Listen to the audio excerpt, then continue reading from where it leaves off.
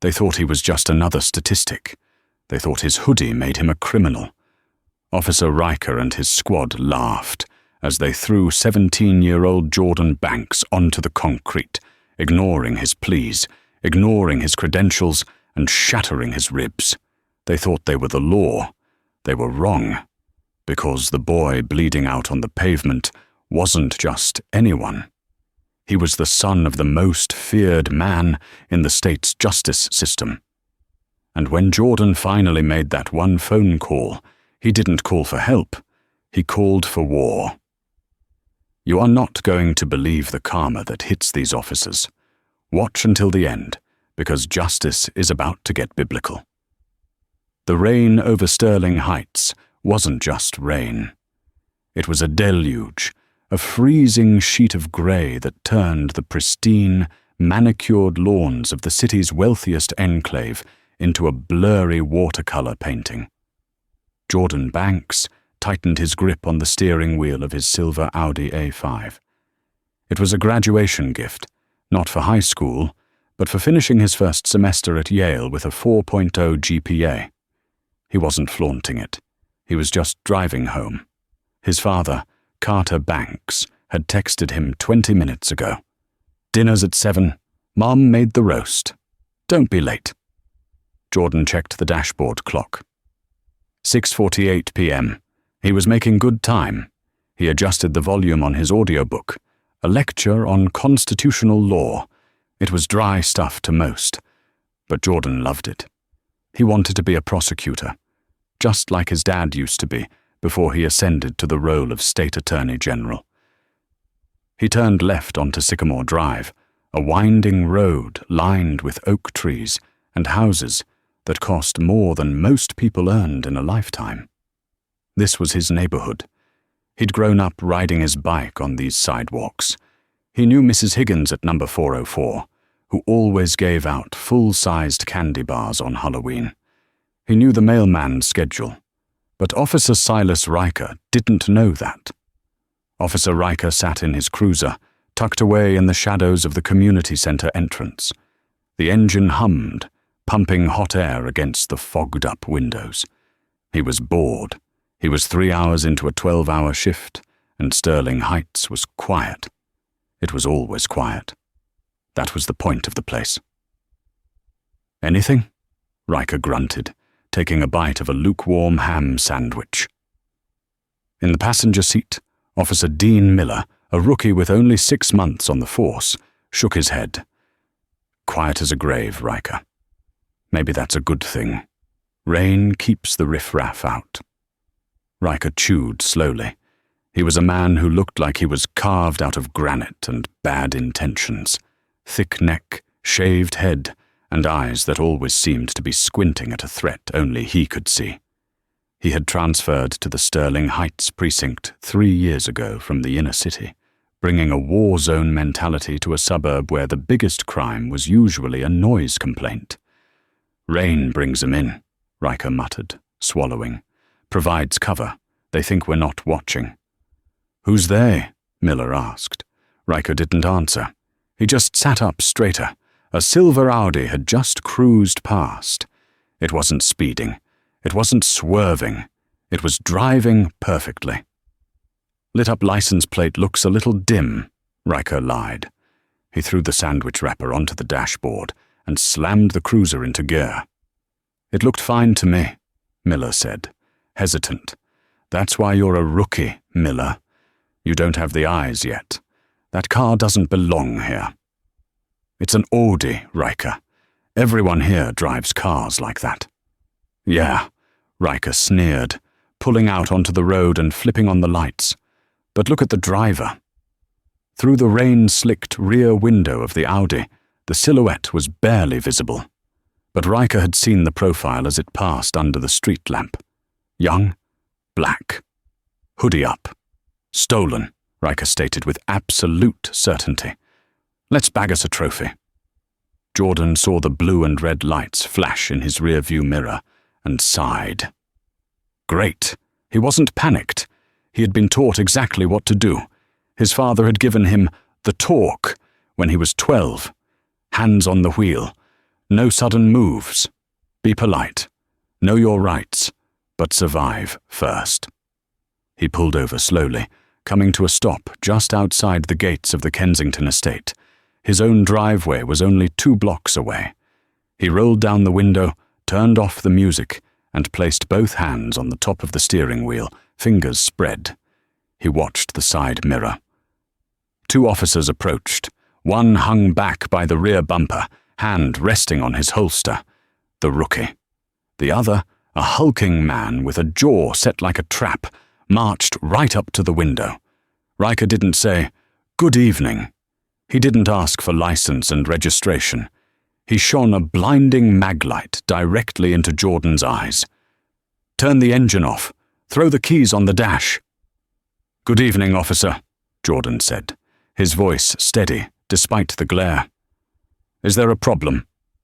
I said, "Engine off. Keys on the dash." "Now." Jordan complied. He turned the engine off and placed the fob on the dashboard. "I've done as you asked. May I ask why I'm being pulled over?" "License and registration," Riker barked, ignoring the question. The flashlight beam danced around the car's interior, looking for anything. Drugs, a weapon, a reason. It landed on the leather seats, the high-end stereo, the Yale gym bag in the back. "They're in the glove compartment," Jordan said calmly. "I'm going to reach over slowly to get them." "Is that all right?" Riker sneered. "Don't get cute. Just get the ID." Jordan moved slowly. He opened the compartment and pulled out his wallet and the registration papers. He handed them to Riker. Riker snatched them. He looked at the ID. Jordan Banks, 19 years old. Address, 4500 Sycamore Drive. Riker looked at the address on the license, then looked down the street. 4500 Sycamore was the biggest house on the block. It was the governor's old mansion. "This is a fake ID," Riker said flatly, tossing it back into Jordan's lap. Jordan blinked, confused. "Excuse me?" "No, it's not. That's my real ID. I live 2 blocks away." "You live in the governor's mansion?" Riker laughed, a harsh, dry sound. "Sure you do, kid. And I'm the Queen of England. Step out of the car." "Officer, look up the registration," Jordan said, his heart rate starting to climb. "The car is registered to Carter Banks, my father." "Carter Banks?" Riker paused. The name sounded vaguely familiar, but he couldn't place it. He didn't care enough to try. In his mind, this was a classic joyride scenario. Rich people on vacation, kid breaks in, finds the keys, steals the car. "Step out of the vehicle. I'm not asking again." "I haven't committed a crime," Jordan insisted, gripping the wheel. "I'm asking for a supervisor." That was the trigger. Riker's face went crimson. He ripped the door open. "You want a supervisor? How about I supervise you getting your face introduced to the pavement?" He grabbed Jordan by the hoodie. The force was sudden and overwhelming. Jordan was athletic. He played varsity lacrosse, but he was buckled in, and Riker had the element of surprise. The officer yanked him out of the car. Jordan's foot caught on the doorframe, and he tumbled out, slamming hard onto the wet asphalt. "Get on the ground! Stop resisting!" Riker screamed, playing to the dash cam, creating a narrative that didn't exist. "I'm not resisting!" Jordan yelled, holding his hands up, palms open. "I'm not doing anything!" Miller, the rookie, rushed forward, looking panicked. "Riker, wait! He wasn't resisting.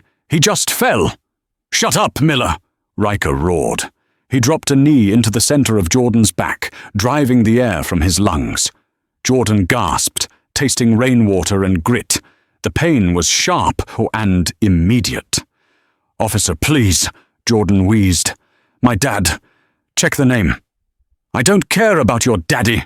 Riker grabbed Jordan's right arm and twisted it behind his back with enough torque to make the shoulder joint pop. Jordan screamed. "You like stealing nice cars, huh? You like driving around my town like you own it?" Riker hissed into Jordan's ear. You think a hoodie and a stolen Audi makes you a big man? It's my car, Jordan cried out. Riker stood up and delivered a swift, brutal kick to Jordan's ribs. Crack. The sound was sickening. It echoed in the quiet suburban street. Jordan curled into a fetal position, gasping for air that wouldn't come. Miller stepped in, grabbing Riker's shoulder. Riker, stop, that's enough. He's down. Riker shoved the rookie backward. Back off. He reached for his waistband. Did you see that? He reached. He didn't reach for anything, Miller shouted, his voice trembling. He was on the ground. If you don't want a report on your file for insubordination, you'll shut your mouth and cuff him, Riker spat. Jordan lay shivering on the wet road. The pain in his side was blinding. Every breath felt like being stabbed. He saw the boots of the officers moving around him. He realized with a terrifying clarity that this man didn't care about the truth. This man wanted to hurt him. This man wanted to break him. Survive. His father's voice echoed in his head. Just survive. Riker hauled Jordan up by the handcuffs, wrenching his shoulders again. He slammed Jordan against the hood of the Audi. You're going away for a long time, kid. Riker grinned, his face inches from Jordan's. Grand theft auto, assault on a police officer, resisting arrest. I'm going to stack so many charges on you, you won't see the sun until you're 50. Jordan's head was spinning. Blood trickled from a cut above his eyebrow where he'd hit the pavement. He looked at Riker, his eyes focusing. I need my phone call, Jordan whispered. Riker laughed. You watch too many movies. You get a phone call at the station, after we process you, after you spend a night in the tank. No, Jordan said, his voice gaining a strange, cold strength. My rights. I am a minor under the law in this context, until proven otherwise, and I am injured. You are required to allow me to contact a guardian or legal counsel immediately if I am injured during an arrest. State Statute 404, Section B. Riker blinked. He hadn't expected the kid to quote statutes. Smart mouth, Riker growled. Let him make the call, Riker, Miller said quietly. The rookie looked pale. He knew this had gone too far. He saw the expensive clothes, the demeanor, the knowledge of the law. If he's injured, if we deny him the call, and he turns out to be who he says he is. Riker hesitated. He looked at the kid, battered, bleeding, but standing tall. There was something in Jordan's eyes, not fear anymore. It was certainty. Riker pulled Jordan's phone out of the confiscated pile on the hood. He unlocked it. Jordan had disabled the Face ID, forcing a passcode, but Riker held it up. Unlock it. Jordan punched in the code with shaking fingers. He went to contacts. He didn't dial 911. He didn't dial a lawyer. He pressed the contact labeled The General. Riker saw the name and snorted. The General? Who's that, your gang leader? Jordan didn't answer. He put the phone on speaker as Riker held it. The phone rang once, twice. Then a deep, resonant voice answered. A voice that Riker had heard on the evening news 100 times, though he couldn't place it in the heat of the moment. Jordan, you're late. Your mother is threatening to eat your portion of the roast. Dad! Jordan choked out, the pain in his ribs flaring. Dad, I'm on Sycamore, just outside the Kensington gate. The voice on the other end changed instantly. The warmth evaporated, replaced by a razor-sharp alertness. Jordan, you sound hurt. What's happening? Police, Jordan gasped. Pulled me over. They said, stolen car. They beat me, Dad. My ribs. I think they're broken. They slammed my head. There was a silence on the other end of the line. A silence so heavy it felt like the air pressure dropped. Who is with you? Carter Banks asked. His voice was terrifyingly calm. Officer Riker, Jordan said, looking directly at the cop, and Officer Miller. Riker leaned in toward the phone, feeling the need to assert dominance over this gang leader father. "Listen here, pal. Your son is in custody for grand theft auto and resisting arrest. He assaulted an officer. He's going to jail, so if you want to see him, come down to the precinct in the morning." Riker went to hang up. "Do not hang up that phone," the voice commanded. It wasn't a shout. It was a low rumble of absolute authority. "Officer Riker, badge number 592. I know you. I reviewed your file when you transferred from the 4th Precinct. Excessive force complaints. 3 of them." Riker froze. His thumb hovered over the end call button. A cold bead of sweat trickled down his neck, despite the freezing rain. "Who is this?" "You accused my son of stealing his own car," the voice continued, relentless. "You accused him of assaulting you, but I'm looking at the GPS tracker on his vehicle right now. He was stopped for exactly 3 minutes before you dragged him out. I have access to the traffic cam on the corner of Sycamore and Elm. I'm pulling the feed up right now." Riker looked up. There, on the telephone pole 50 yards away, was a blinking red light. A municipal camera. "I see you, Riker," Carter Banks said. "I see you kicking a 17-year-old boy while he's on the ground. Who are you?" Riker's voice cracked. "My name is Carter Banks.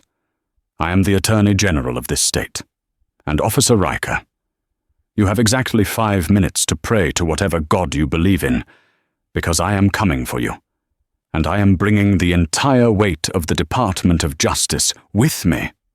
The line went dead. Riker stared at the phone. The blood drained from his face, leaving him looking like a grey, crumbling statue. He looked at Miller. Miller was already backing away, hands on his head. "Oh my God," Miller whispered. "Oh my God, Riker. That's the Attorney General." Riker looked at Jordan. The boy was leaning against the car, holding his ribs, breathing shallowly. Jordan looked up, and for the first time he smiled. It was a grim, bloody smile. "I told you," Jordan whispered. "I made the call." But Riker wasn't the type of man to admit defeat. Panic turned into a cornered animal rage. If he was going down, he was going to control the narrative. He looked at the dash cam. He looked at the boy. "He's lying," Riker muttered, his eyes darting around. "He's bluffing. That wasn't the AG. That was just some buddy of his." "Riker, stop," Miller shouted. "We have to call an ambulance. We have to call the captain." "No," Riker drew his taser. "We stick to the story. He attacked me. He went for my gun. The traffic cam. I'll say it was obstructed. I'll delete the dash cam footage." "You can't delete the dash cam. It uploads to the cloud instantly," Miller yelled. "It's over, Riker." Riker turned on his partner. "You want to go down with him? You want to be an accessory? Help me get him in the back of the car. We take him to the station. We book him. We make the paperwork disappear before the AG gets there." "You're insane," Miller said. Riker lunged for Jordan again. "Get in the car." But before he could touch him, a sound cut through the rain. Sirens. Not one. Not two. But a swarm. Lights appeared at both ends of Sycamore Drive. Blue and red strobes reflected off the wet pavement, turning the night into a kaleidoscopic nightmare for Officer Riker. 3 black SUVs tore down the street, hopping the curb and boxing in the police cruiser. The doors flew open before the vehicles even came to a complete stop. Men in suits with FBI windbreakers and tactical vests poured out, weapons drawn.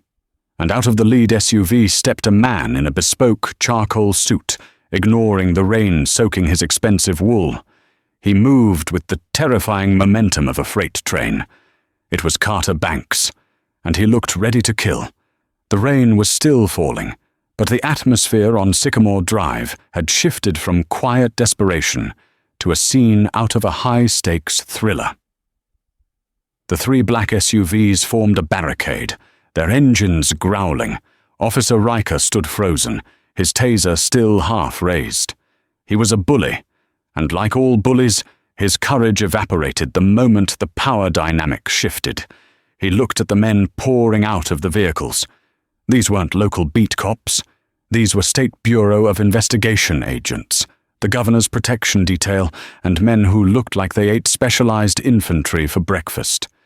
"Drop the weapon," one of the tactical agents screamed, his rifle trained squarely on Riker's chest. "Drop it now, or we will engage." Riker's fingers went numb. The taser clattered to the wet asphalt. He slowly raised his hands. Carter Banks didn't even look at Riker. He walked straight through the line of guns, his eyes locked on the figure slumped against the silver Audi. "Jordan," Carter said, his voice cracking just slightly. The Attorney General, a man known for his icy demeanor in the courtroom, fell to his knees in the mud beside his son. He saw the blood on Jordan's forehead. He saw the way Jordan was clutching his ribcage, his breath coming in shallow, ragged gasps.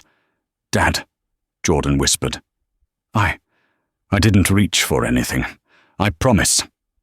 Carter's face twisted in a mix of heartbreak and fury. He gently placed a hand on Jordan's shoulder. I know you didn't.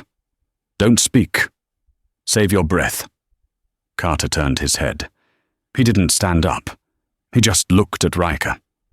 The look was so cold, so devoid of humanity, that Officer Miller, standing 10 feet away, actually took a step back and retched. "You," Carter said. It wasn't a shout. It was a verdict. Riker swallowed hard. "Sir, you need to understand. The suspect match. The vehicle looked—" "Suspect?" Carter stood up slowly. He wiped the mud from his knees, but he didn't wipe the blood from his hand. Jordan's blood. He walked toward Riker. The agents parted to let him through, but kept their weapons trained on the police officers. "That suspect is an honor student," Carter said, his voice rising with every step. "That suspect has never even had a detention, let alone a criminal record. That suspect is my son." Carter stopped inches from Riker's face. He could smell the stale coffee and fear on the officer. "And you," Carter hissed, "are a criminal." "I was doing my job," Riker shouted, trying to find some shred of authority. "He resisted. Ask my partner." Carter's eyes snapped to Miller. The rookie was shaking like a leaf. "Well, Officer Miller," Carter asked, "did he resist? Did my son, who has been trained by me since he was 5 years old on how to interact with law enforcement to avoid exactly this scenario, did he resist?"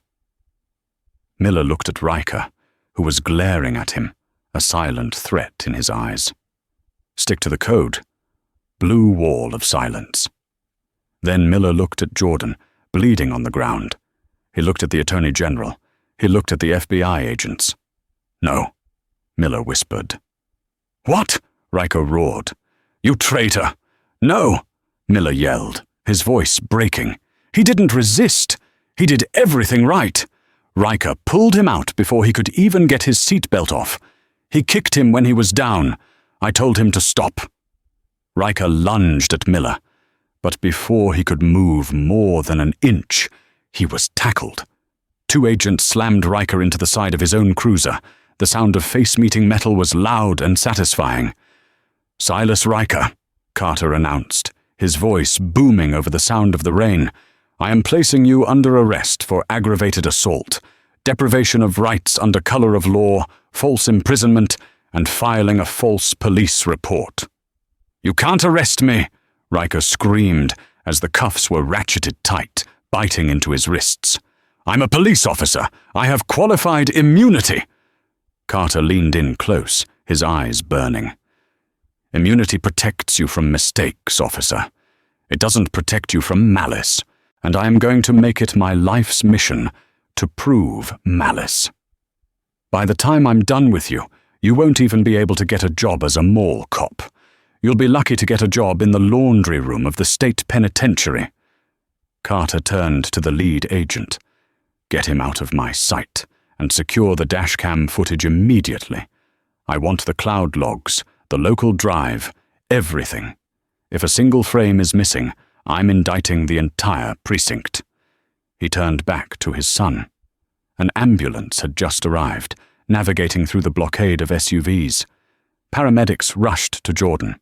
"I'm going with him," Carter said to his security detail. "Call my wife. Tell her to meet us at Mercy General, and call District Attorney Harper. Wake him up. Tell him I'm invoking the Special Prosecutor Act." As they loaded Jordan onto the stretcher, he looked up at his dad. "Did you get him?" Carter smoothed his son's hair back. "The war has just started, son. Just rest." As the ambulance doors closed, Carter looked back at the scene. Officer Miller was standing by the cruiser, weeping, his hands on his head.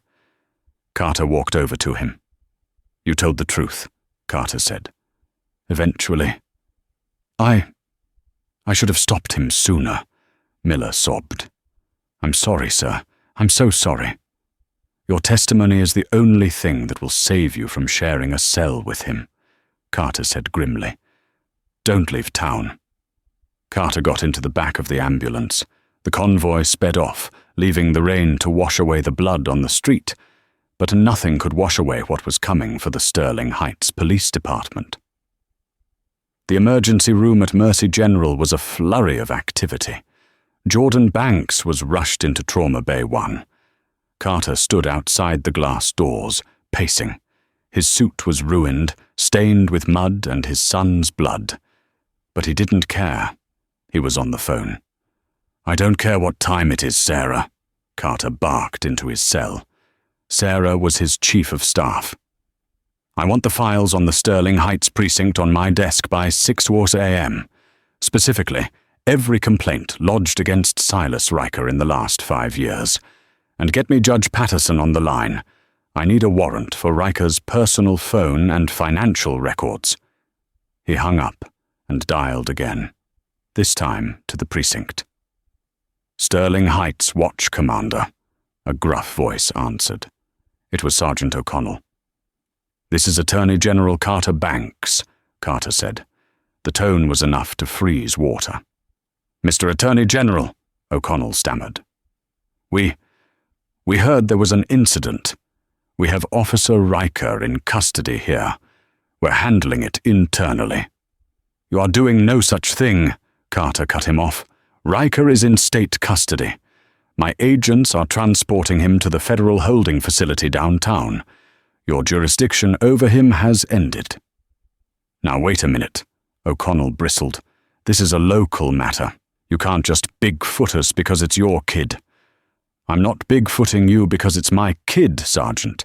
I'm taking over because your officer committed a felony violation of civil rights. And if I find out that you or Captain Henderson knew about Riker's tendencies and buried the complaints, I will dismantle your precinct brick by brick." Carter hung up. He looked through the glass. The doctors were cutting off Jordan's Yale hoodie. His chest was a road map of bruising. Carter felt a tear slide down his cheek. He quickly wiped it away as his wife, Angela, came running down the hallway.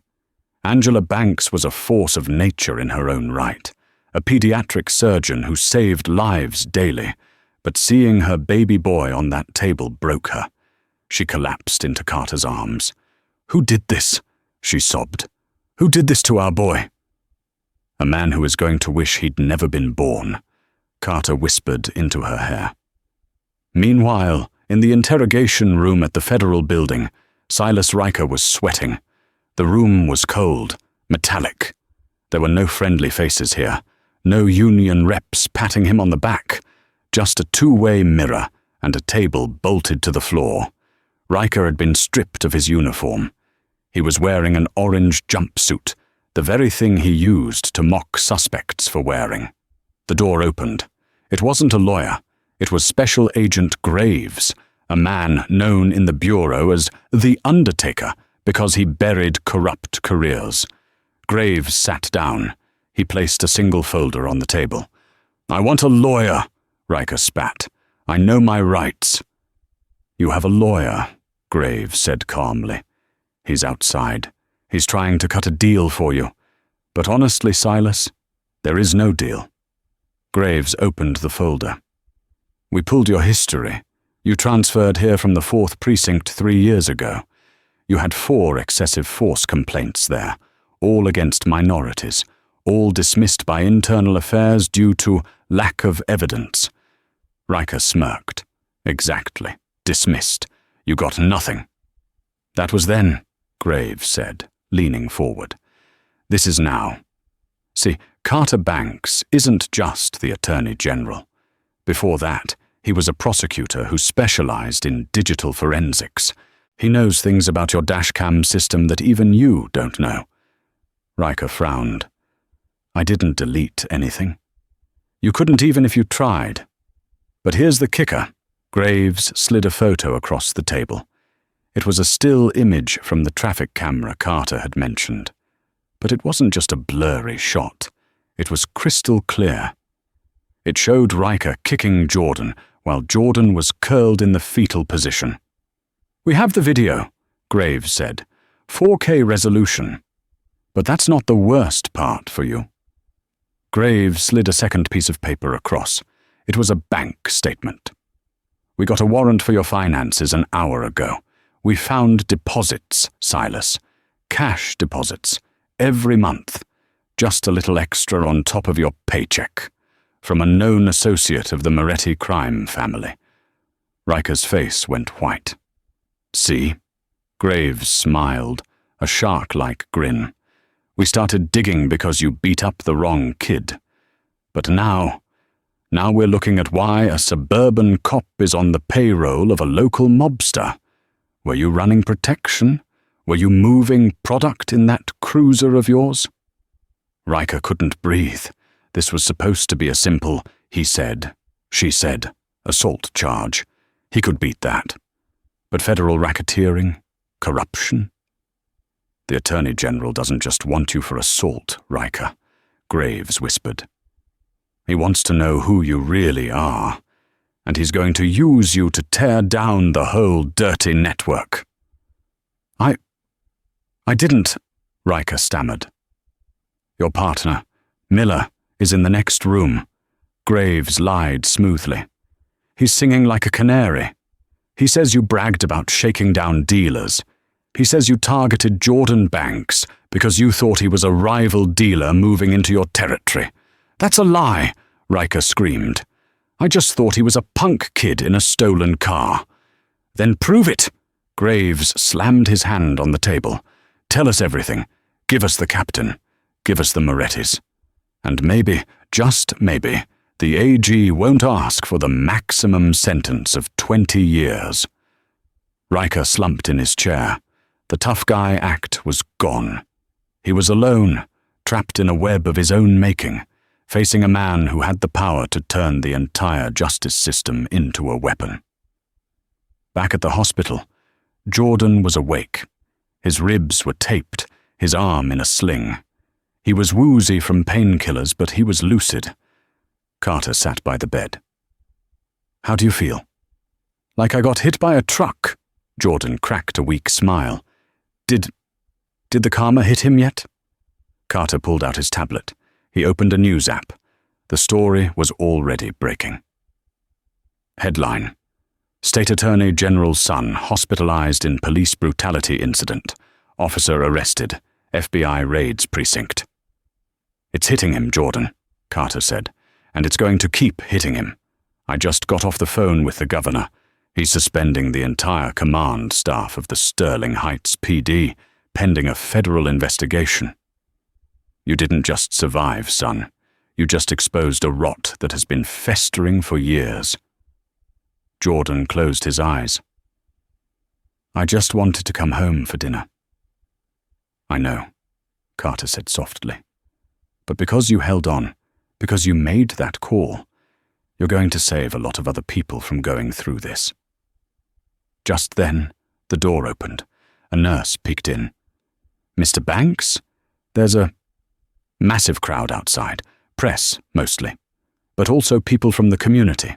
They heard what happened. They're holding a candlelight vigil. Carter walked to the window and looked down. 3 stories below, in the parking lot, Hundreds of flickering lights defied the rain. People of all colors, holding signs.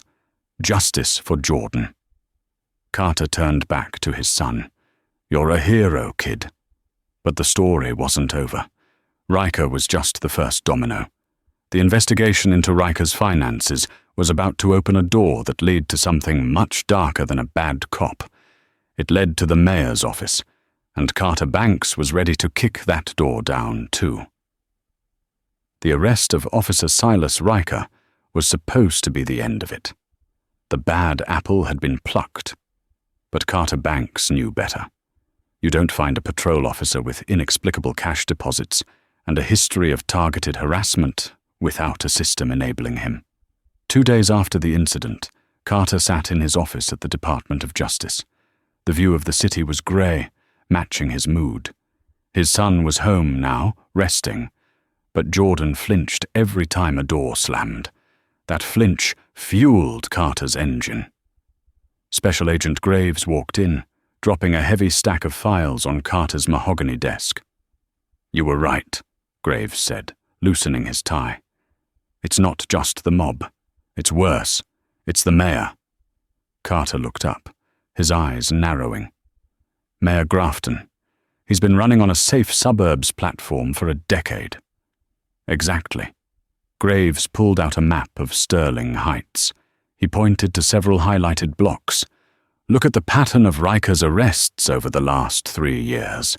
Every single excessive force complaint, every random stop and frisk happened in these 3 zones." Carter studied the map. "These are the older neighborhoods, the ones bordering the new commercial district.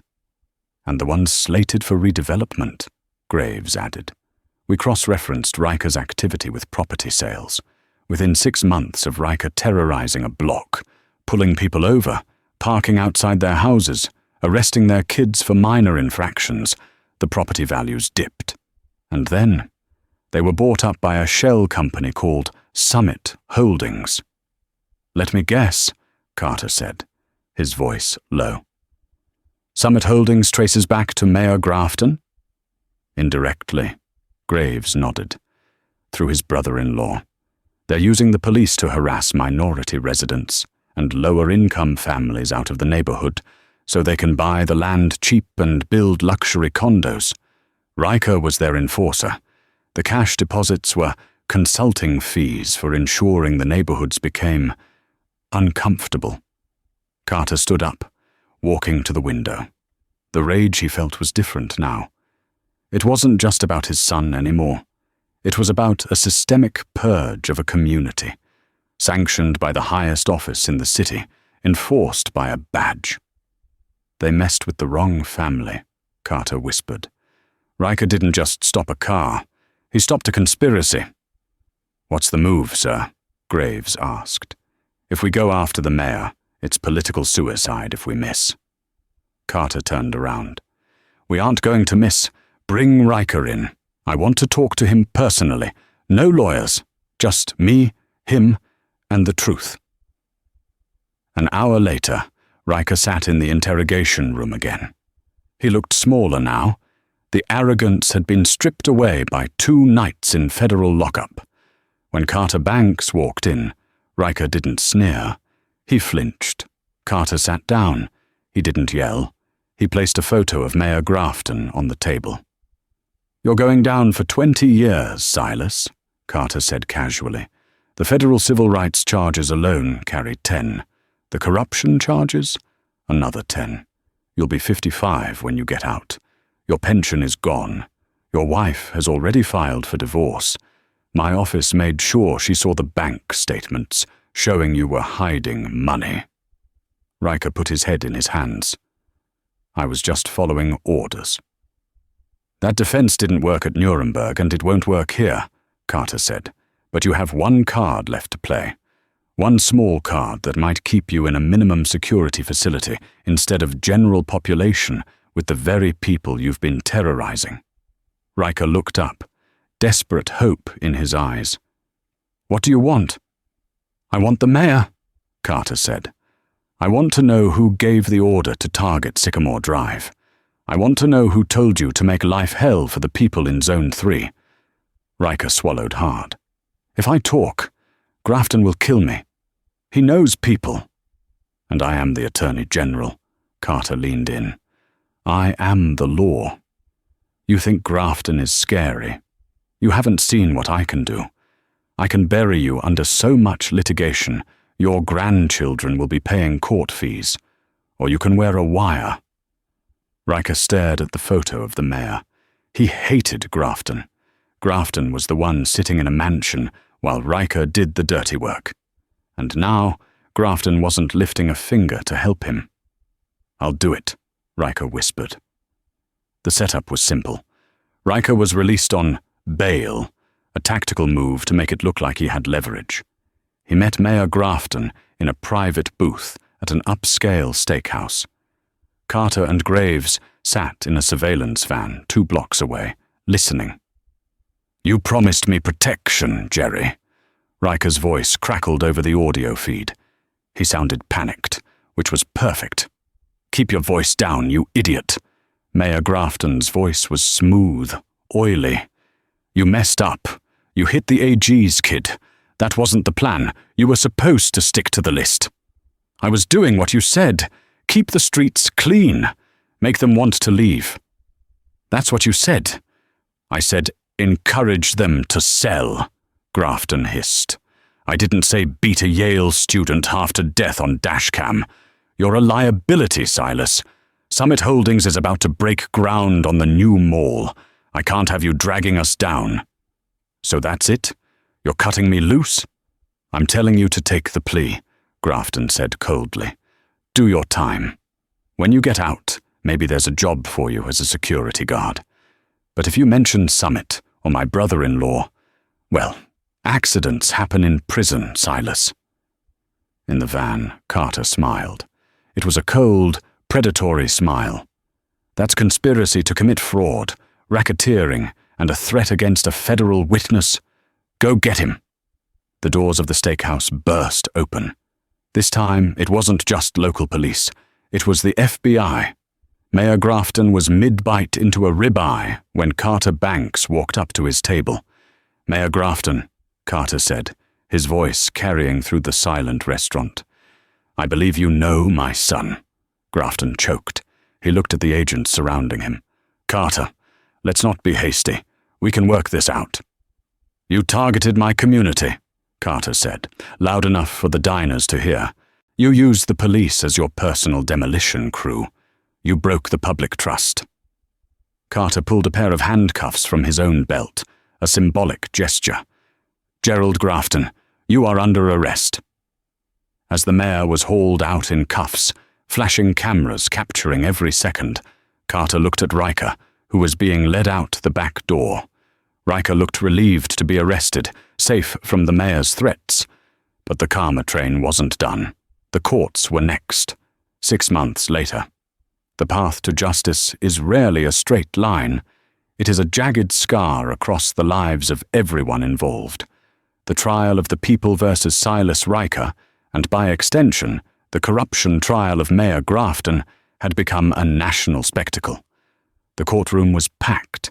Every seat was taken.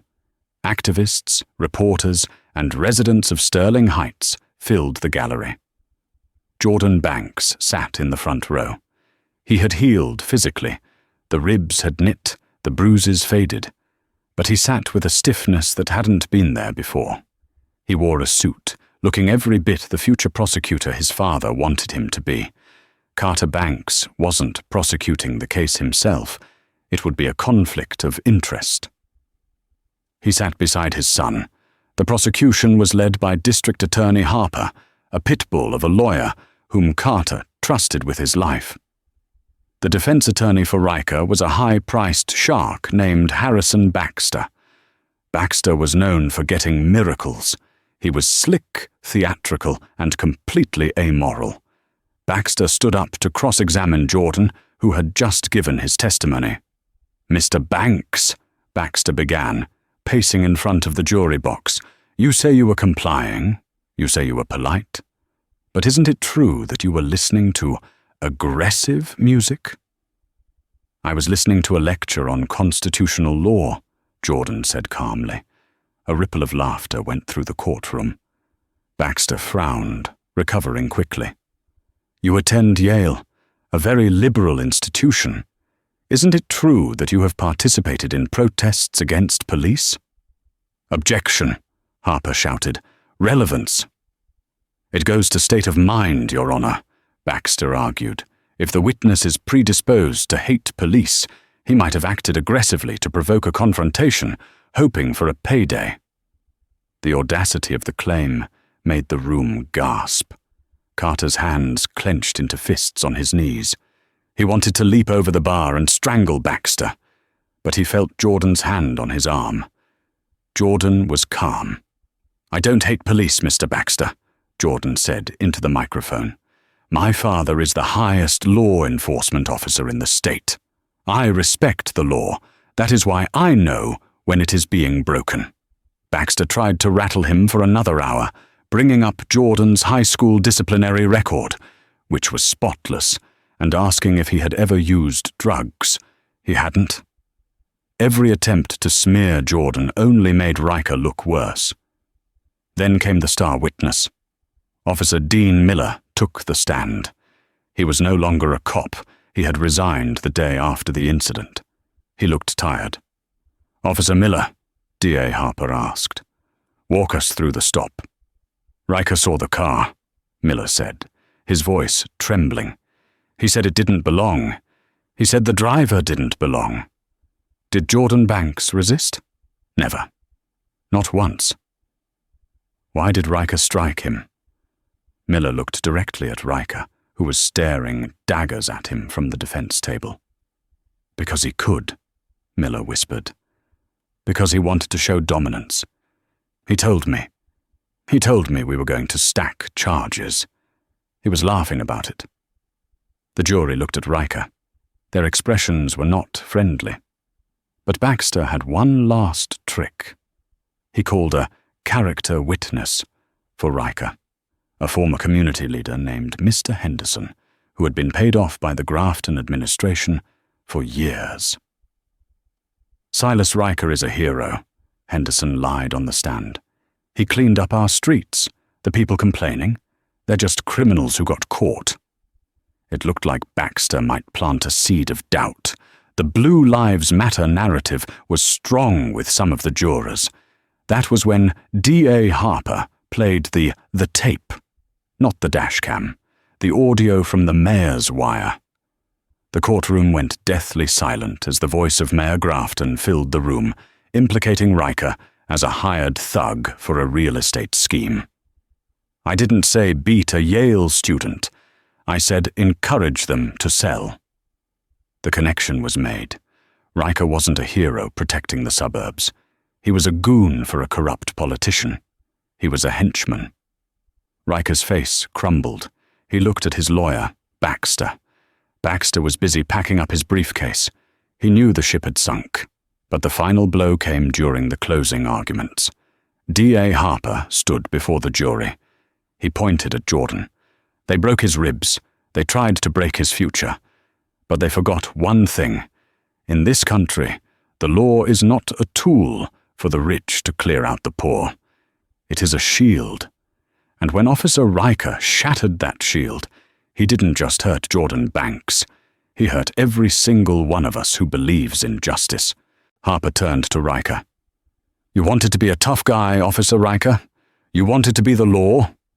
Well, the law is looking back at you now." The jury deliberated for less than 2 hours. "We find the defendant, Silas Riker, guilty on all counts." As the verdict was read, Riker didn't scream. He simply put his head on the table and wept. The monster of Sterling Heights was gone, replaced by a terrified man facing a decade in a cage. Carter squeezed Jordan's shoulder. "It's over." "Not yet," Jordan said, looking at the back of the courtroom. Standing there were the families of Riker's previous victims, people who had been ignored, silenced, and forced to move. They were crying. They were nodding at Jordan. Jordan stood up and walked over to them. He didn't celebrate. He just shook their hands. "This was for you, too," he told an elderly woman who had lost her home because of Riker's harassment. The cameras flashed.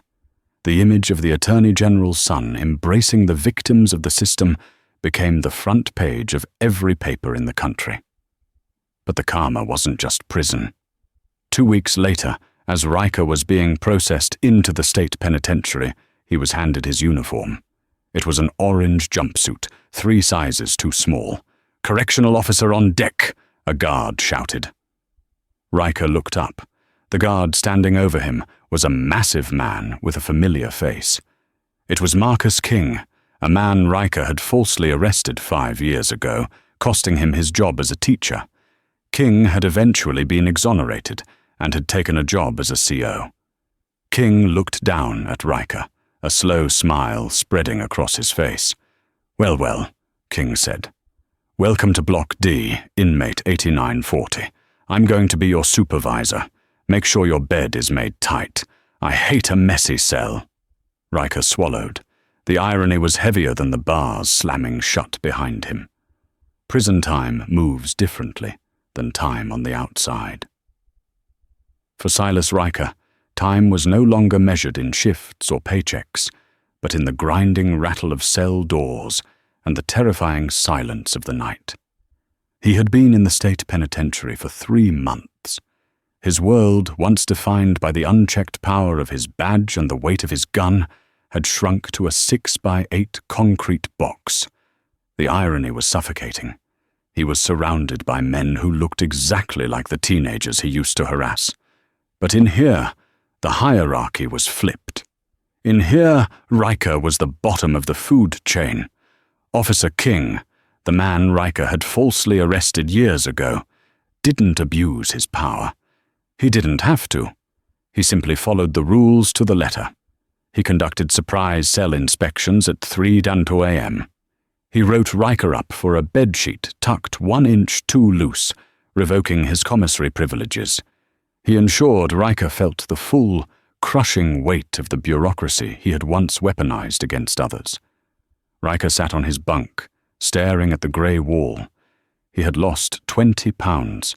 His appeal had been denied last week. His wife had sold the house and moved to another state, taking the kids. He was alone. One afternoon, during yard time, Riker sat by himself in the corner, avoiding eye contact. A newspaper had been left on a bench. He picked it up. The headline made his stomach turn. "Banks Act signed into law. State mandates independent oversight for all police misconduct allegations." Below the headline was a picture. It was Carter Banks standing next to the governor, and beside them, looking strong and healed, was Jordan Banks. Riker dropped the paper.